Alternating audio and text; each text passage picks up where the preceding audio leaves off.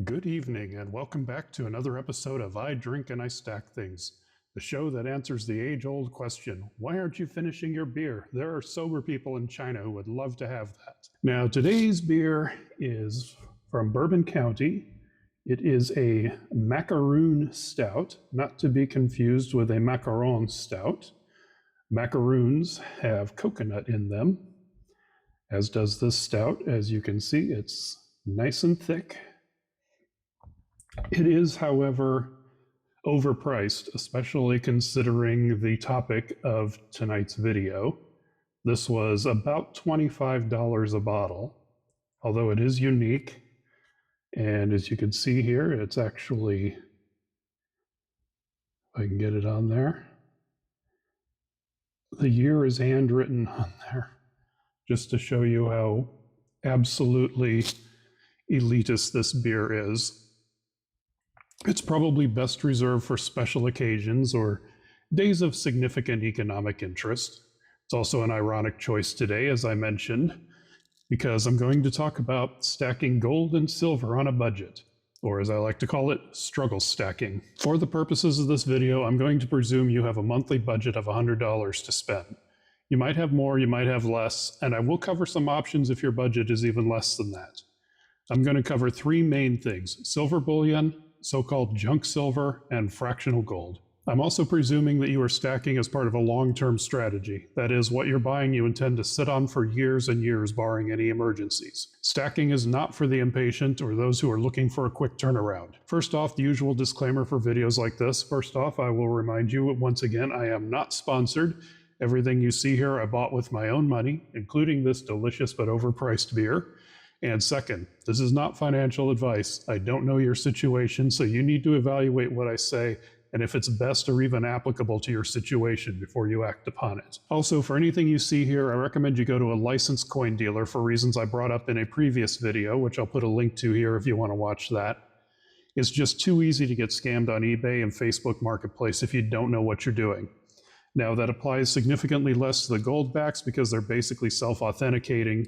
So as long as you actually receive your order, you at least know they're real. Also, when you go to the coin shop, I strongly recommend you take cash. Some places will offer cash discounts right off the bat, but other places, if you want to try haggling, I guarantee you cash is going to be more effective in that regard. Now, if your budget is a hard Benji, you will typically only be able to get 2 rounds with a lot of change at today's prices. But if you have an extra few dollars or can pass a persuasion check with a coin shop owner, you might be able to get 3. Now, they're going to be priced differently depending on whether they're novelty rounds or government coins. Novelty rounds are not minted by a government and have no monetary value indicated on them. For example, this Buffalo round here, if I can get it in the shot, it's very shiny though, or if I get it right side up, that might be helpful. This is made by Golden State Mint, as you can see, which I believe is based out of California. It has no monetary value other than the silver that it is made of. However, I have here a Britannia, which, if we look at the other side of it, we see that it has the Queen's portrait on it, and it specifically says over here that it is 2 pounds. It is minted by the United Kingdom. And finally, we have the Silver Eagle. This is actually the most popular 1-ounce silver coin in the world. It is minted by the United States government, and it has a value of $1 on it. Now, what this means is that you could take this to a bank and deposit it into a bank account, and your bank account will be credited $1. That would be an incredibly stupid thing to do, and I would hope that any teller would stop you before you actually did it, but it is, strictly speaking, worth $1 US. Of these, your best bang for the buck is going to be the novelty rounds, as coin shops usually charge a little more for government ounces due to them being backed by governments.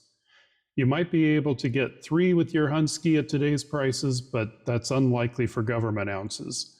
As to what novelty rounds you should get what you like, and I mean that literally. Look for designs that strike your fancy, because that's going to keep you more engaged in the hobby over time, which is going to encourage you to keep going back to the coin shop, or coin shops if you have several to choose from, just to add to your stack. It's something you look forward to. I got my wife, the stack drinker, to join me in this pursuit, so we usually go shopping together. Here are a few that we've found that we like. Now, I tend to like things that resemble actual currency from back in the day, so this is based on the peace dollar. This is a look-alike of the Morgan dollar, but as you can see, it says 1 troy ounce on it, whereas a Morgan dollar doesn't say anything like that. It just says it's $1, because back in the day, this was a proper silver dollar. I find this one interesting because it's apparently designed to be divided into 8 pieces, like pieces of 8, and each wedge mentions on it that it's 1/8 of an ounce. And as you can see here, it has a pirate on it. So pirates, pieces of 8, kind of nice. And I don't know how many of you are into Second Amendment, but hey, come and take it. I find that a lot of stackers tend to lean conservative, and so you will see a lot of pro-gun messages, for instance. Now this one is really special. This one's actually 2 ounces, but as you can see, it has a relief on the top, but it's concave on the back. And this is a stacker round from the Scottsdale Mint. And the idea is that if you have more than one of these, which I don't because I am a poverty stacker, they will nest into each other, so they will stay together like that. And I got this happy little Doge here. I actually paid more for this than it's worth just because I really like the design, and you may find that sometimes you do that on your own as well, and there's nothing wrong with that, I suppose. Now this one here, my wife thinks I got it just because Liberty was looking kind of busty there, and I just don't have the heart to tell her that she's right.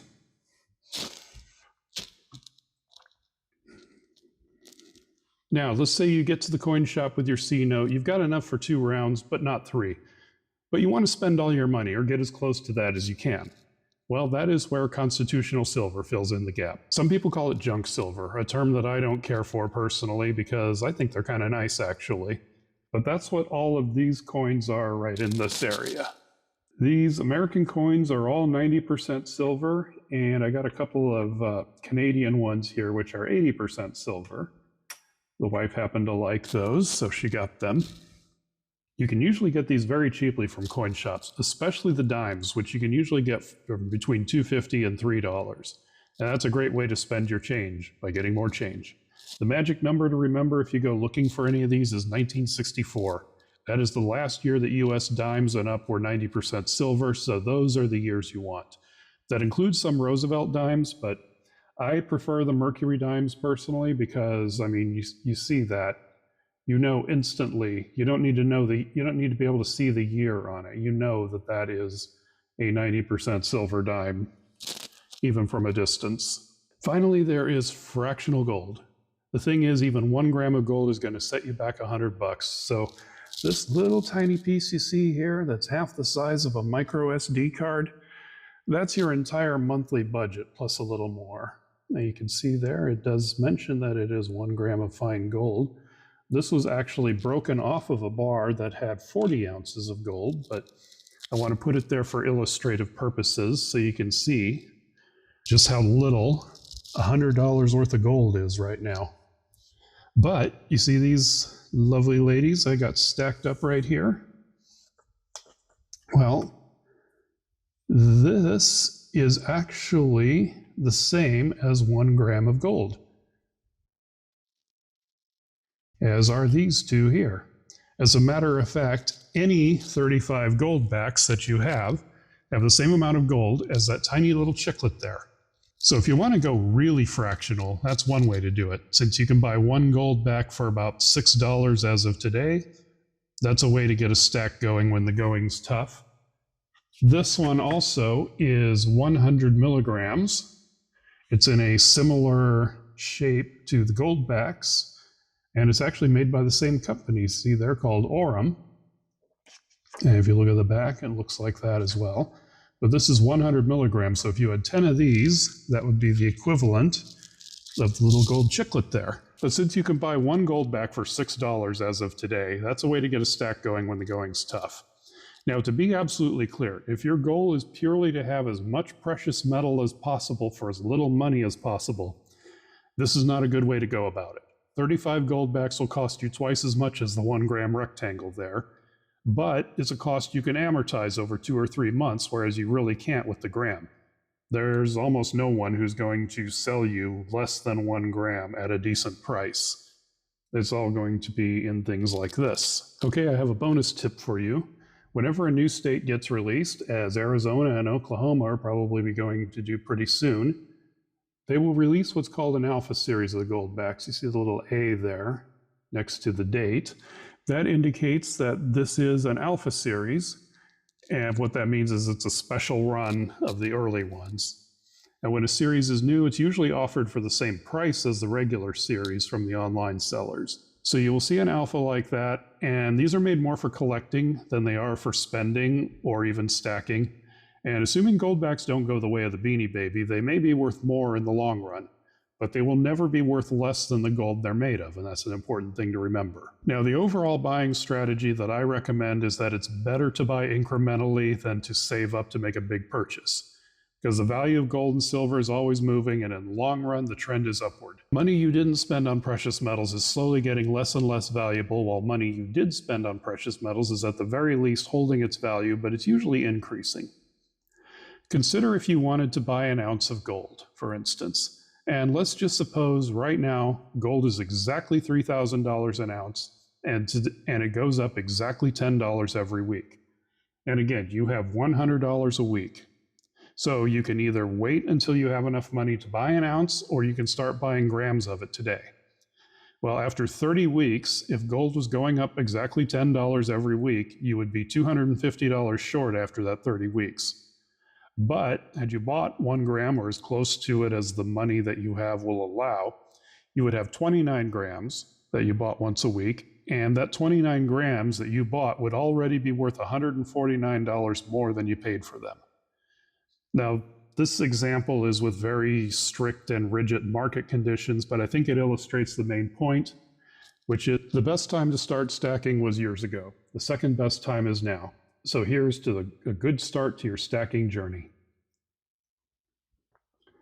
And that is about all I have for you today. Go ahead and hit like, subscribe, the bell if you like. Feel free to share this video with your friends if you like. I will try to keep putting out more of these. In the meantime, as always, I'm going to go off and enjoy my beer now.